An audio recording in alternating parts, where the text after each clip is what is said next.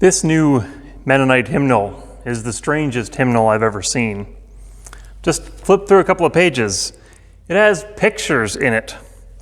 Since when does artwork belong in a songbook? Surely I'm not the only kid to get their knuckles rapped for attempting to add a little visual art to a pew hymnal back in the day. But apparently, drawings in the hymnal are now encouraged. The professional kind, anyway. And it's not just the art. There's a whole lot of lyrics that I don't understand. Voices Together offers more than 40 different languages, from Korean to Cheyenne to Marathi. I don't even know what that is. There are even 3 songs that use American Sign Language. Even in the English, I find myself stumbling quite a bit when singing with this hymnal. A fair number of the hymns that have parts that have been reworded to reflect updated theology, to use gender-neutral and gender-inclusive language for God and for people. There's also a diversity of musical styles, lots of songs that don't have the 4-part harmonies we typically enjoy in our church. I mean, it has lots of favorites for sure, but there's plenty of new ones that I doubt we will ever get around to trying. Don't get me wrong, I'm already a big fan of this hymnal. It's just that there are a lot of changes, and I suspect that some of those changes are going to rub some of us the wrong way for various reasons. I've already had my feathers ruffled a time or two when one of my personal favorites isn't the same as it used to be. Why is this hymnal so different in content and style and language? From the Frequently Asked Questions page of the Voices Together website, it's our sincere prayer that Voices Together reflects who we are theologically and how we have opened ourselves to movements of the Spirit. A denominational hymnal represents the theological breadth of the church.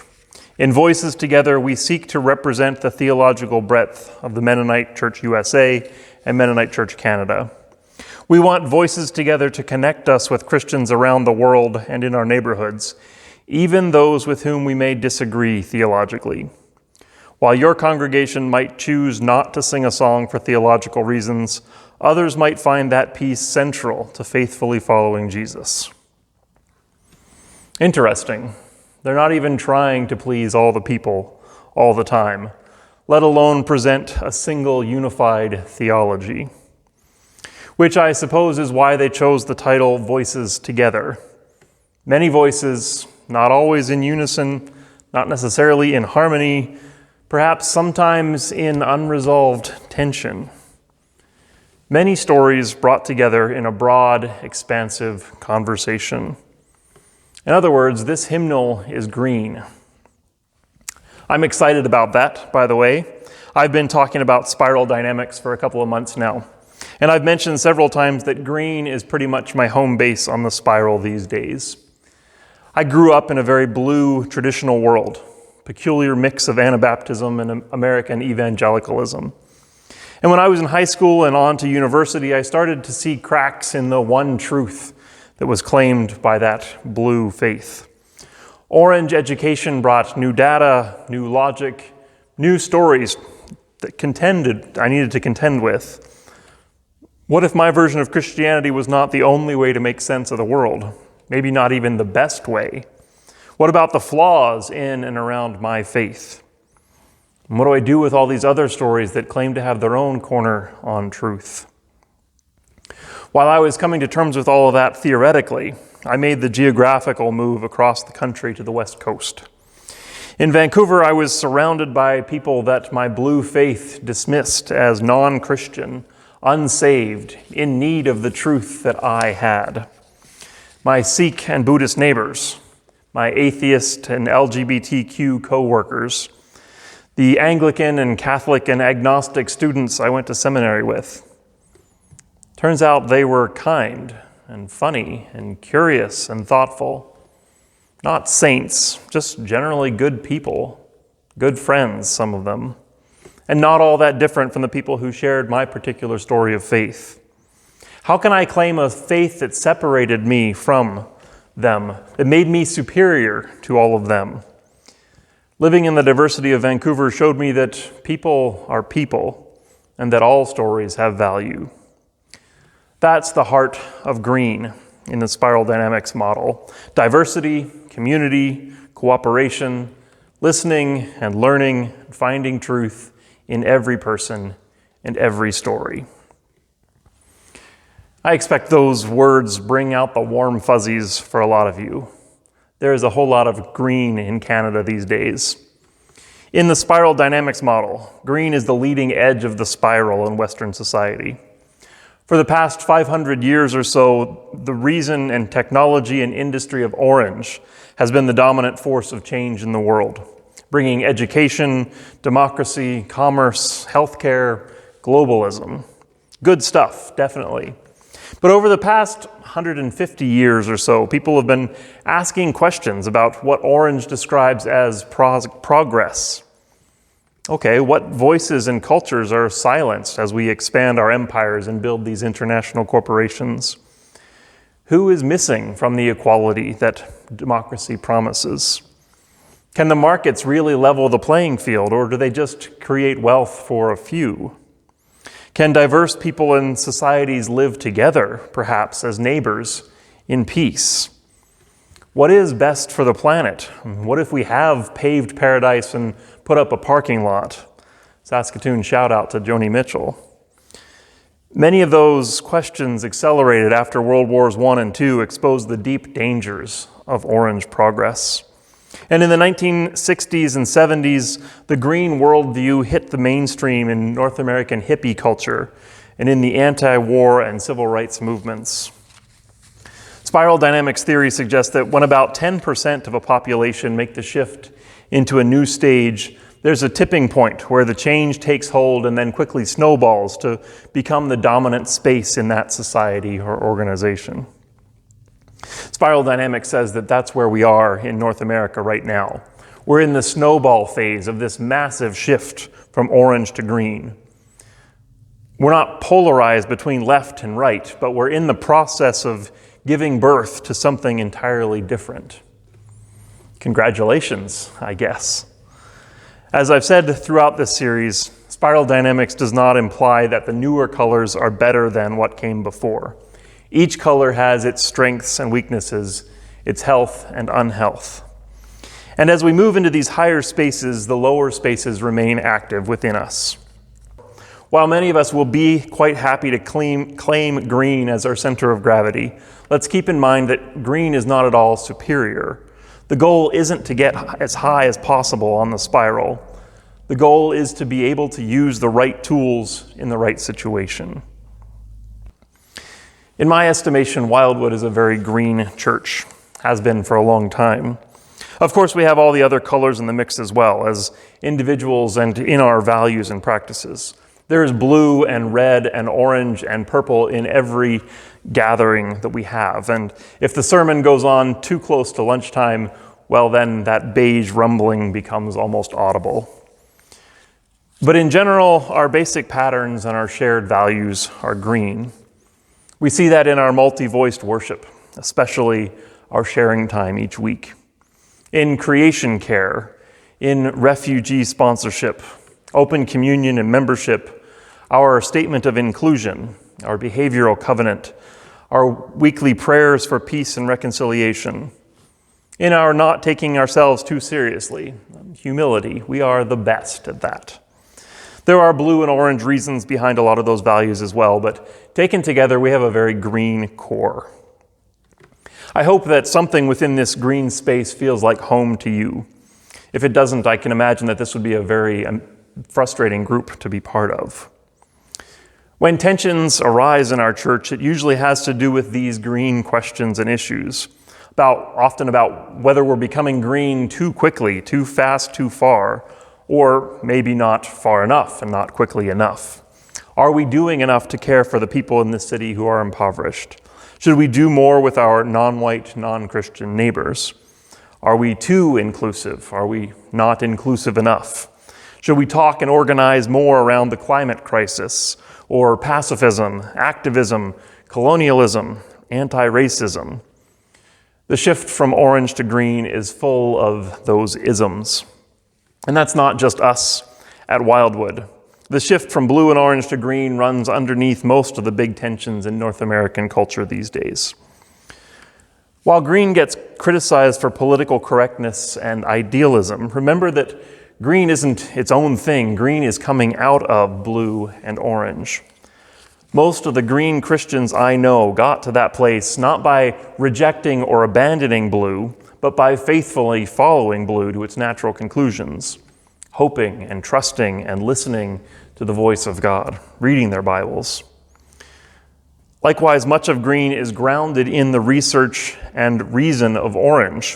What might sound like naivete is actually insight and nuance and precision. Of course, there is plenty of green that is shallow and performative, and we'll talk about those downsides in a minute, but don't be too quick to dismiss green as irrational or idealistic, because often it has gotten to where it is by following the rational and pragmatic and faithful blue and orange path. So what does green faith look like? Well, we talk about it and I think practice it fairly well much of the time around here, so I don't think this is going to surprise you. I would say that green faith is about opening ourselves up to the God of many voices, the God who is present among us, within us, around us, the God who speaks in all times and all places, if only we pay attention. Green Christians lift up the image of God in all people. We honor the interconnectedness that makes up the whole universe as evidence of the link between creation and creator. In short, green faith is the understanding that everything belongs. The whole thing is God's temple. There was a time when my faith would have been threatened by something so open and inclusive, for sure. But these are hardly new ideas. This kind of faith is entirely biblical. Right there at the beginning in the Genesis 1 creation story, God created the light and the darkness, the land and the sea, the cattle and the wild beasts, even the creepy crawlies. The ancient world had all these very strong divisions between those things. Day was safe, night was scary. The land was solid and sacred, gift. The sea was chaos and evil. Some beasts were good and acceptable for food and for sacrifice. Others were unclean and abomination. The Hebrews centered their whole religious system around those distinctions, the divisions between clean and unclean, men and women, chosen and heathen. But right here at the foundation, as God is drawing the circle, God is saying it is all part of God's goodness. This and that. So whatever division you want to name, religious and scientific and culture and gender, what are the other divisions that humans want to create, to construct? God makes space for all of it. All divisions take place within this greater unity. You name it, God made it. Or maybe it was the other way around. It's all good. Creation is a green story. And that's the vision of the Torah, the whole Old Testament as well. It's shalom, nothing missing, nothing broken. How do we live well in the presence of God when the whole thing is God's temple? Likewise, the New Testament. That's the whole point of the gospel stories, the revelation of Jesus. God is not somewhere out there. God is here, incarnate, God with us, whatever it takes. Nothing can separate us from the love of God. Death can't, life can't, sin can't, holiness can't. That's what Jesus was all about. And that same Spirit lives on among us and around us and within us.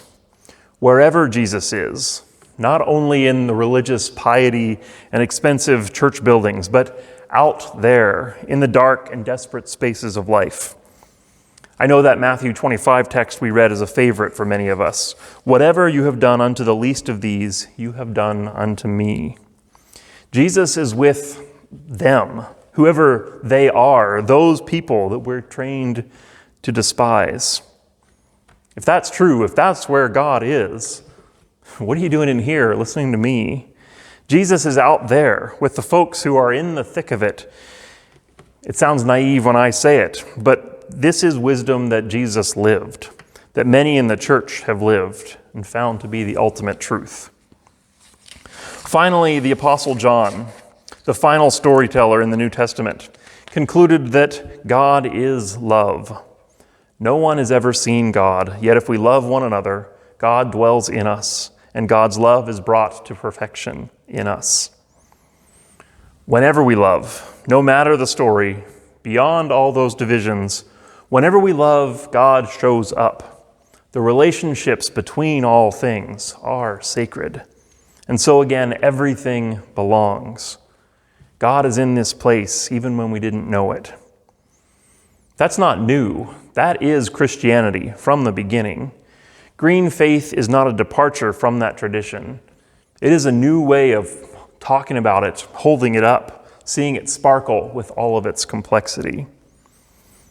I love that we are working at that kind of faith here at Wildwood. We don't have a handle on it, for sure. We're still new at this. It's still being born in us. But we are listening and learning and following the Spirit together as we walk in the way of Jesus. I know I'm preaching to the choir here, but I do want to talk about the limitations of the green space. Like all the colors on the spiral, green tends to position itself over and against the colors that came before. Where blue is all about order and hierarchy, green rejects hierarchy in the name of equality. All stories have value, so who am I to judge which truth is the better truth? And where orange sees value coming from merit and external qualifications and achievements, green affirms value as internal, inherent, intrinsic. So green has no hierarchies. Every person and every idea are equally valued, equally worth listening to. After all, in Christian language, grace is everywhere. That's the core of green. And again, I love those ideals, but they simply don't work on their own. For one, even that statement breaks its own rules. All ideas are equal. That is itself an idea. And if you believe that, then that's the one idea that gives order to all the rest of the ideas. No hierarchies is a statement of hierarchy. That's what philosophers call a performative contradiction. And we see that with green in real life all the time. When green Mennonites like me want to include everyone, but man, do we have a hard time including people that are against inclusion. We love everybody, but it's awfully hard to love the people that hate those that we love. In practice, of course, some ideas are better than others. Some stories are more healthy and more helpful than others. And sometimes we have to make the hard choice. We have to choose between which people and ideas we will allow to be part of our community, who we are. That doesn't mean that we reject and abandon others entirely, but we set boundaries. We have to. Green doesn't do that well on its own. It can't solve that contradiction on its own at all. We need orange and blue and red to help us make those decisions, to set good boundaries, to protect the vulnerable. Not that idealistic green has to step aside and let the serious people do their thing. Not at all. Green has plenty to say about how those decisions are made, how those processes can make appropriate space for everyone, because everyone continues to have value even when we do need to set boundaries. The model of restorative justice is green at its best, seeking the right balance between victims and offenders and the greater good, offering discernment and discipline without silencing, without dehumanizing anyone. Green can and should be a leader in those processes. But if green tries to go it alone, if green wants to be pure above all, if it refuses to let the other colors contribute, it inevitably gets stuck. The other sticky point for green spaces is what spiral dynamics teacher Ken Wilber calls narcissistic nihilism. Very briefly, as a philosophy, green tends to fall into the category of postmodern deconstructionism.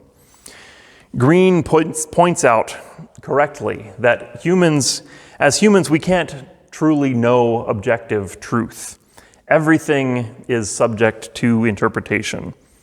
Even data, cold hard facts, logic, relationships, all of that gets filtered through the human experience. Humans make judgments about which facts get our attention, who gets to vote, which stories and wisdom get repeated. And as humans are involved, there are inevitably flaws in those systems. And green sees the subjectivity and sees all the flaws in those systems. Green points out who is missed, which judgments are biased. Green is very good at taking things apart, deconstruction, exposing the flaws and the oppression within every system. I listed all those isms before. Green excels in breaking down those spaces, seeing things in terms of patriarchy, systemic racism, etc. That is gift. Those green criticisms are usually right on. They use the best of orange and blue and red to demonstrate the need for change and how things could be better. But deconstruction on its own leaves you with nowhere to stand. If we reject everything that is flawed and biased, if all truth is indeed relative, what do we have left? There's nothing solid. That's the nihilism part. And that nihilism in green spaces leads to narcissism often as the result. If there isn't any truth, or if the only truth that I can actually know is my truth is the only truth, if it's my interpretation, well then that puts me at the center of everything. If everything is equal, there are no hierarchies, then I get to decide who to listen to, who to believe, who to lift up, who to tear down. Again, that can be useful. Green is great at rejecting the loudest voices, tuning them out in order to make spaces for the least of these, for example, those who need to be lifted up because their voices haven't been heard. That's a good thing. But again, that is a subjective move. It's entirely up to me to decide, well, whose voices do I want to lift up then? Who is best? What is the best thing to listen to? And it's that performative contradiction again. I get caught doing the very thing that I'm accusing others of doing.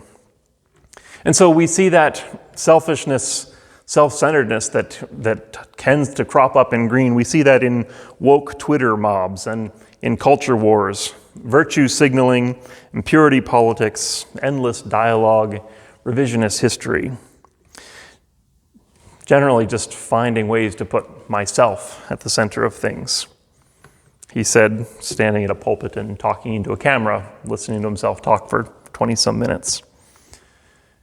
Be careful with green self-righteousness. That's all I'm saying. Green can be just as self-centered as everyone else. Maybe even more because we are convinced that we have the best of intentions. We're doing it in the name of awareness and activism and inclusion. But really, it's all about me. Green is a new space in our society. We are still working out the kinks. In spiral dynamic language, I find it helpful to remember that the goal is not to convert others to green. We don't need to bring everyone into our way of seeing. If we truly value all stories and all voices, that means we need to continue to find ways to value the orange and blue and red and purple and beige voices, even when they criticize our green. Can we be humble enough to accept valid criticism, even while we stand up for our values, for those voices that have been silenced? Can we learn to practice and celebrate the purple and red and orange and blue spaces within ourselves? That's the challenge of green. How far green will take us as a society depends on how we respond to that. More on that next week. Today I'll close with a prayer from Voices Together, number 908. From all that is broken, let there be beauty. From what is torn, jagged, ripped, frayed, let there be not just mendings, but meetings unimagined. May the God in whom nothing is wasted gather up every scrap, every shred and shard, and make of them new paths, doorways, worlds. Amen.